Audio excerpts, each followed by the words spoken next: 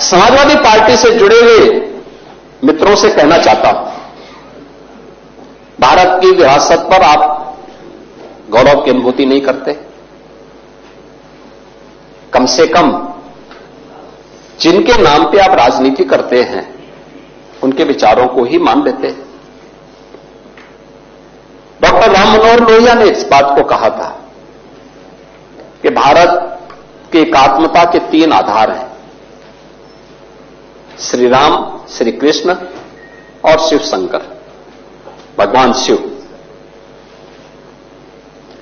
जब तक भारत की जनता इन 3 देव महापुरुषों के प्रति श्रद्धा का भाव रखेगी, तब तक भारत को भारत बने रहने से कोई रोक नहीं सकता। दुनिया की कोई ताकत भारत का बात बता सकता है।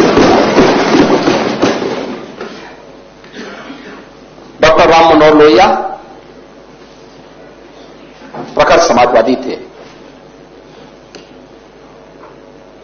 वे हमारी विचारधारा से जुड़े हुए नहीं थे, हां कांग्रेस के विरोधी थे,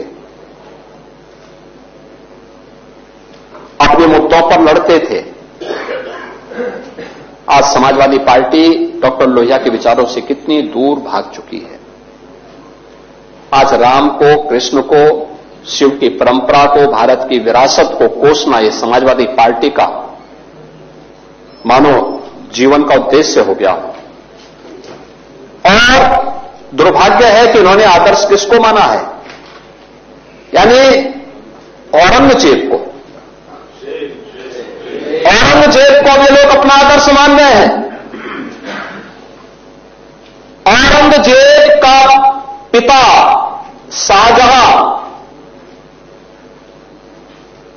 अपनी जीवनी में लिखता है, अपनी आत्मकथा में लिखता है कि खुदा करे कि ऐसा कमबख्त किसी को पैदा न हो।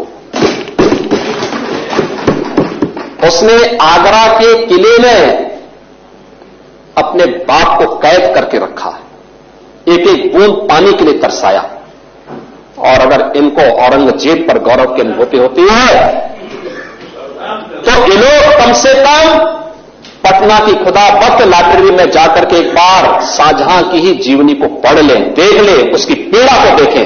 हां, जिनका आचरण औरंगजेब जैसा है वे लोग औरंगजेब पर गौरव की अनुभूति करें, लेकिन भारत को कम से कम इस पर न करें। और समाजवादी पार्टी को इसका जवाब देना चाहिए। भारत की आस्था पर प्रहार करने वाला दुर्दांत, धर्मांत, क्रूर शासक, उसको समाजवादी पार्टी आदर्श मानती है।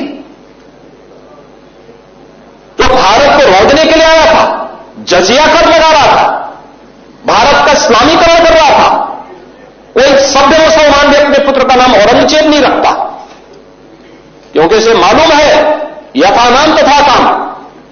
अगर ऐसा नाम रखेंगे तो फिर एक एक बूंद पानी के लिए तरसना पड़ेगा।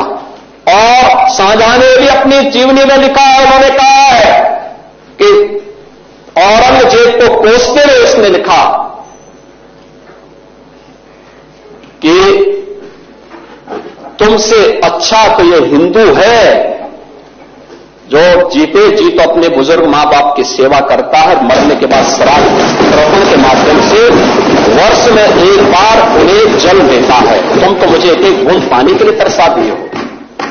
अब समाजवादी पार्टी यह तय करे, ये पटना की खुदा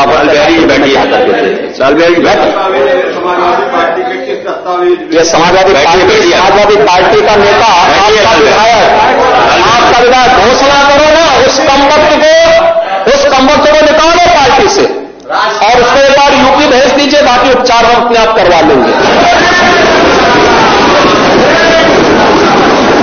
जो व्यक्ति छत्रपति शिवाजी महाराज की परंपरा पर गौरव की अनुभूति करने की बजाय लज्जा महसूस कर रहा हो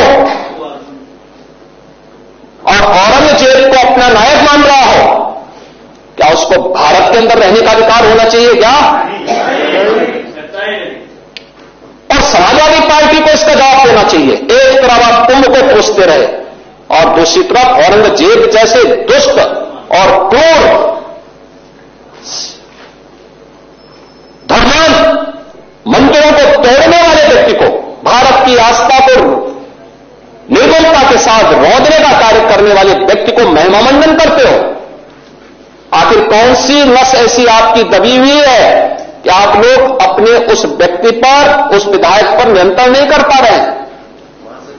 और इसीलिए मैं कहना चाहता हूं कि व्यक्ति के विचार अलग हो सकते हैं, मानव खंडन क्यों नहीं समाजवादी पार्टी है? समाजवादी पार्टी खंडन करे इसका। लाल बिहारी सुनिए, समाजवादी पार्टी को समाजवादी पार्टी को इसका खंडन करना चाहिए। समाजवादी पार्टी को इसका खंडन करना चाहिए और समाजवादी पार्टी को इसको बाहर निकाल देना चाहिए, निकाल देना चाहिए बाहर, या यहां बुलाइए सम्मेलन में। उत्तर प्रदेश के ऐसे लोगों का उपचार करने में बहुत देरी नहीं करता है।